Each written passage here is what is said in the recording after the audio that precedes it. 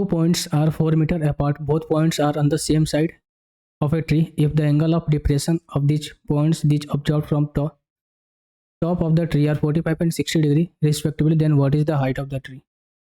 देखो इस केस में थोड़ा सा अगर आप याद करके चलोगे तो चीज़ें आसान लगेंगी, अदरवाइज आप इसको सॉल्व भी कर सकते हो, कोई बड़ी चीज़ है नहीं। देखो ट्री है भाई, उसके सामने, ठीक है, ट्री के सामने दो जो है बिंदु है, एक बिंदु आपका ये हो गया और एक बिंदु आपका ये हो गया, और ये आपका पेड़ हो गया।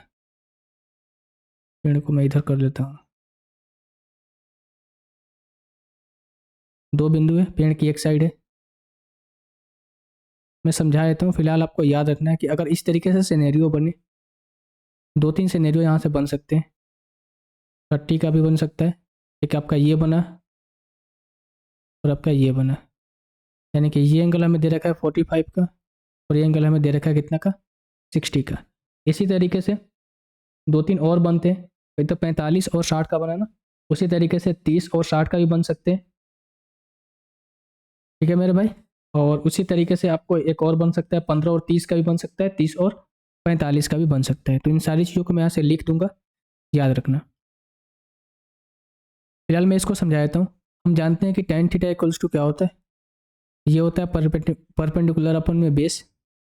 अगर मैं 60 डिग्री के टर्म्स में लूँ तो 60 डिग्री होता है कितना, √3 अपन में 1, यानी कि परपेंडिकुलर हो जाएगा √3 और बेस कितना हो जाएगा, यानी कि यहाँ से लेकर यहाँ तक वैल्यू कितनी हो जाएगी, 1 हो जाएगी।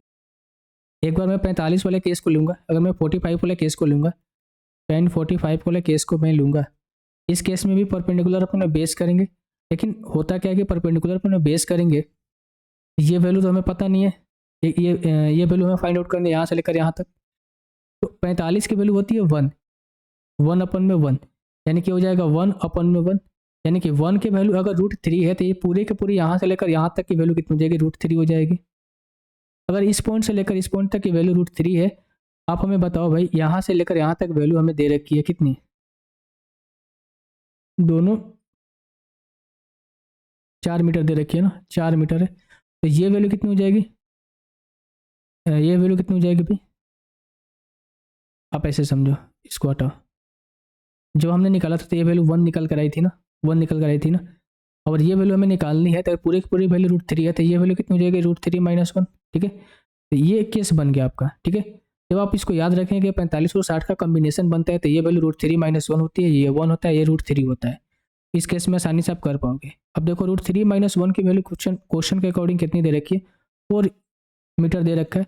एक की वैल्यू कितनी हो जाएगी, 4 अपन में √3 - 1, रेशनलाइजेशन करेंगे, √3 + 1 अपन में √3 + 1, ये वैल्यू हो जाएगी कितनी आपकी, 4 √3 + 4 अपन में, ये हो जाएगा 3 - 1 करेंगे 2 से ये वैल्यू कट जाएगी, तो ये वैल्यू यहाँ से निकल कर आई 2 + 2 √3, यानी एक की वैल्यू यहाँ से लेकर एक की वैल्यू 2 + 2 √3 है, हमें √3 यानी कि इसकी हाइट निकालनी है। √3 की वैल्यू कितनी हो जाएगी, मल्टीप्लाई कर लो √3 से, जब मल्टीप्लाई करोगे तो ये कितना हो जाएगा आपका 2 √3 प्लस में ये कितना हो जाएगा भाई, 3 दूनी का 6, ये वैल्यू आएगी। अब ऑप्शन में देख लो, इस तरीके से दे रखा है क्या, आपको इस तरीके से ऑप्शन तो देख ही नहीं रहे, लेकिन ऑप्शन में दे रखा है ये वैल्यू। अगर गौर से देखोगे तो यहाँ पर ये वैल्यू और इस वैल्यू में कुछ अंतर दिख रहा है, नहीं दिख रहा है ना।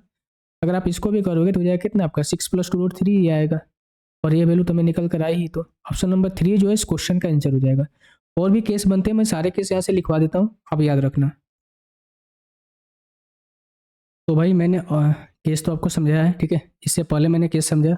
और देखो और क्या केस बनते हैं, और एक केस बनता है यहाँ पर, अगर ये 30 दे देगा और ये आपको दे देगा कितना 45, ये भी एक केस बनता है। उस केस में यहाँ से लेकर यहाँ तक वैल्यू होती है 1 और ये वैल्यू होती है कितनी, √3 - 1, और ये पूरे का पूरी वैल्यू कितनी हो जाएगी, √3, और इस केस में हाइट अगर से पूछे तो ये वैल्यू होती है 1। सिमिलरली अगर इसमें बात करूँ मैं, इस केस में, तो ये बन जाएगा आपका 30 और 60 का केस बनता है।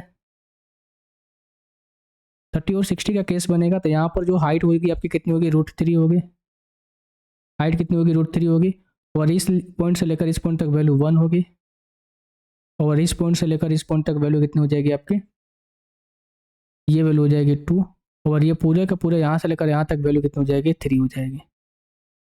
एक केस 45 वाला तो मैंने आपको समझा दिया, ये 45 और 60 का केस बनता है।